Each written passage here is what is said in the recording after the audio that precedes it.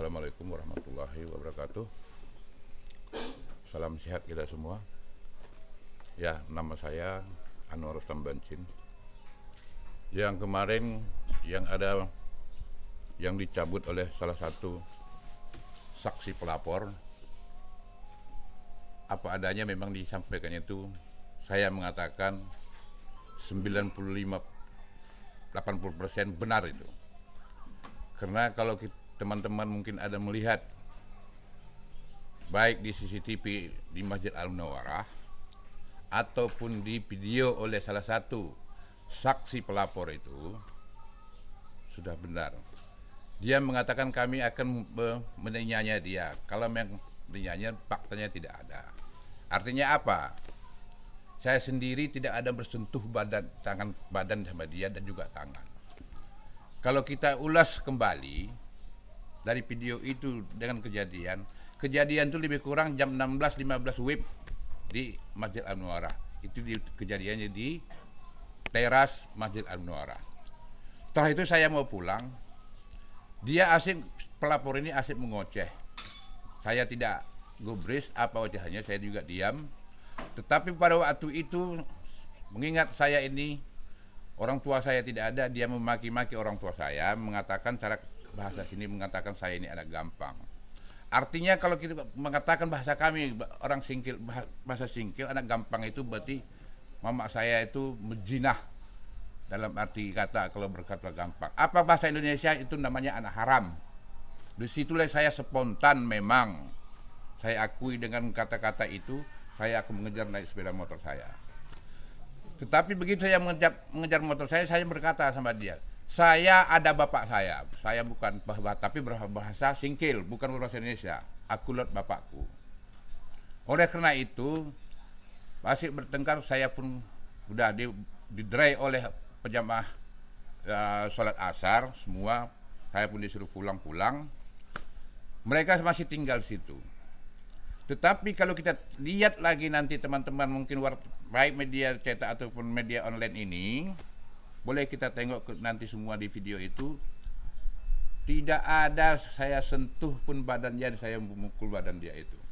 Kenapa ada bisa luka sampai 6 goresan di badannya? Makanya apa yang disampaikan salah satu saksi pelapor namanya Sabri Brutu itu sudah benar. Kenapa saya benarkan juga 98%? Karena itu kejadiannya lebih kurang sampai selesai kurang lebih jam 16.30. Pelapor ini jam 16.30 itu kemana? Seharusnya kalau memang dia luka, saya lukai, seharusnya dia itu berangkat berobat ke rumah sakit dulu. Kebenarannya. Atau dia langsung melapor ke Polres Subul Salam ataupun Polsek Simpang Kiri, itu baru benar. Tetapi dalam kejadian itu ada jeda lebih kurang 5,5 jam. Dari jam 16.30 baru dia melapor ke Polres jam 20 WIB kurang lebih. Jadi mungkin rekayasanya terhadap itu keterangan oleh salah satu saksi itu benar. Seharusnya kalau saya juga memang melaporkan beliau itu karena saksi yang saya laporkan itu jadi saya juga rupanya sebagai salah satu anggotanya itu cari buat jadi saksi, sehingga si Sabri Brutu ini tidak mau jadi saksi. Kenapa saya bilang mengiyakan? Artinya dalam kurung waktu 5,5 jam inilah dia mungkin membuat rekayasa melukai dia biar saya ini mungkin bisa kena menjadi pidana. Tapi tidak apa. Proses hukum kan saya jalani.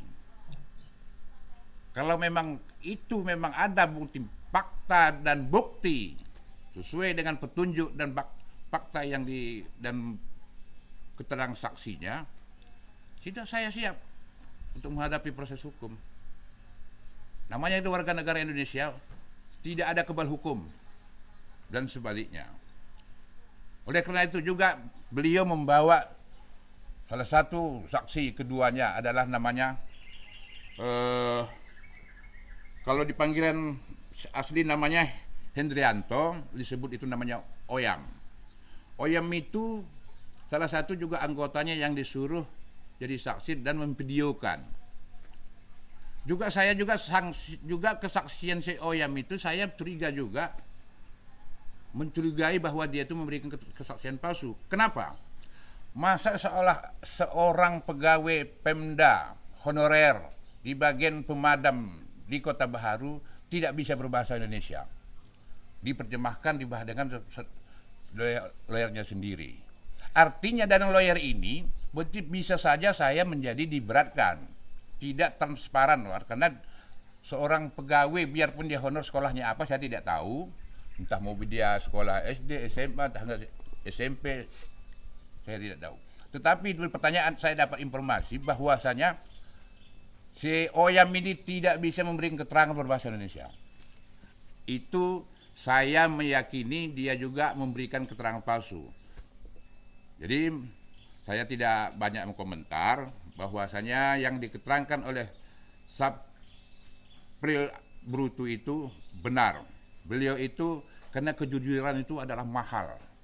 Karena kejujuran apabila seseorang itu memberikan kebohongan, jangankan dunia, di akhirat pun pasti akan dipertanggungjawabkan. Pak, adanya kabar Pak bahwa saya Bapak menyenggol si terlapor dengan sepeda motor Pak.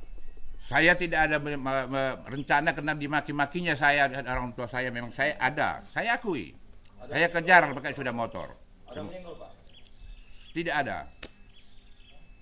Kalau dari saksi yang mencabut keterangannya ada dugaan rekayasaan kasus untuk mengkriminalisasi Bapak. Itu Bapak gimana tanggapannya? Saya memang memastikan itu memang benar. Itu memang rekayasa. Boleh, maka tadi saya sampaikan. Bagaimana tidak? Saat tangan saya ini tidak menyentuh kok bisa melukai. Dari CCTV masjid sampai yang divideokan oleh salah satu saksi di pelapor itu udah jelas. Mungkin nanti mungkin di orang di Pemko Salam Singkil, mungkin Indonesia pada khususnya sudah melihat terhadap itu. Berarti Bapak mencurigai bahwasanya yang pelapor itu melukai diri sendiri Pak? Jelas, saya mencurigai. Kenapa? Bapak-bapak ini nggak saya sentuh kok bisa saya lukai? Dari mana jalannya? Coba. Bagaimana kan keterlibatan anggota DPR terpilih Pak? Itu dia. Anggota DPR terpilih itu, dia itu tidak ada memukul. Kalau makanya balik kita CCTV, kalau memang ada niat kami untuk mengkeroyok dia, kan lama perjalanan kami sama orang itu.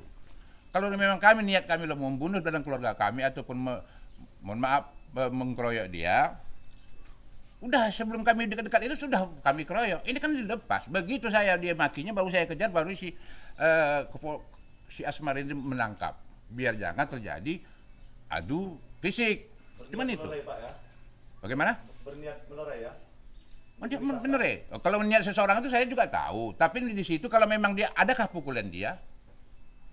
Makanya kan fakta itu yang perlu. Bukti petunjuk itu yang perlu. Bukan asal kita memang buat asumsi-asumsi. Kalau namanya keterangan pelapor, ya karena suka-suka dia. Artinya kuncinya setahu saya tidak tahu hukum, cuman adalah fakta dan saksi. Juga petunjuk, sama-sama kita lihat. Dan itu kan sudah disaksikan oleh salah satu yang mencabut kesaksian dia itu. Dan beliau itu juga memang ikhlas, tidak ada yang intervensi. Saya pun nggak pernah menghubungi dia, demi Allah nggak saya hubungi. Ya udah, kalau beliau keterangan saksi, nanti kan tersangka itu kan menurut saya ada juga, kalau tersangka itu belum tentu bersalah. Menurut saya, artinya nanti mungkin bersalah atau tidaknya, ya tergantung penyidik lah, mungkin siapa dari seterusnya. Saya nggak ngerti hukum, mau pasal apapun saya nggak tahu hukum. Oleh karena itu, saya memastikan juga itu rekayasa. Jadi ada dugaan kasus Bapak direkayasa itu gimana tanggapan Bapak? Apakah ada rencana untuk melaporkan nama baik atau melaporkan balik? Oh, kalau memang ini dan terjadi untuk lapor balik itu, saya belum bisa memastikan karena saya punya PH. Artinya saya harus koordinasi dengan PH saya kalau memang nanti ini katanya dia perlu dilapor balik, terserah PH saya punya PH juga, kebetulan dia nggak hadir karena beli orang PH saya dari Medan, sehingga itu kalau masalah perbalik itu saya belum bisa menjawab terhadap itu.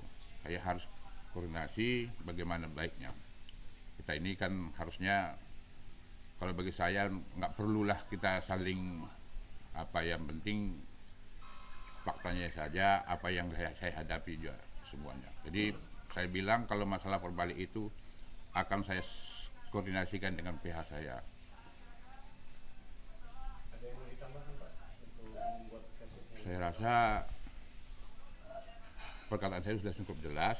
Artinya kronologisnya kejadiannya, makanya kejadiannya itu 5,5 jam itu kalau sudah bisa kita mungkin publik yang menilainya. Kalau memang dia memang tulus saya lupa ini aja dan itu seterusnya apa, harusnya dia melapor ke rumah sakit berobat atau melapor ke polisi. Ini kenapa dia melapor pada jam 10 malam, bukan pada saat ketika itu kejadian langsung melapor. Sudah dengan jenjang waktu yang jauh Pak ya. Tiga tinggalnya yang jatuh jauh. Makanya saya pastikan itu memang dia udah di setting sedemikian rupa. Sehingga sudah di Rekayasa buat skenario bagaimana baru melapor ke pihak yang berwajib di Polres Salam. Hanya itu yang bisa saya sampaikan sementara. Jadi sampai saat ini Pak, ada tidak berupa intervensi atau telepon secara japri ke pribadi Bapak dari pihak lawan Bapak setelah rumah? Oh belum ada, tidak ada. Ya penyidik juga sudah transparan apa adanya. Ya saya terima kasih juga pada institusi kepolisian khususnya Polres Salam, tidak ada yang intervensi. Dia objektif aja apa adanya yang dibuat. Artinya kalau memang ini bersalah sesuai dengan perbuatan yang dibuat, tidak ada yang intervensi apa segala macam. Cukup ya, cukup.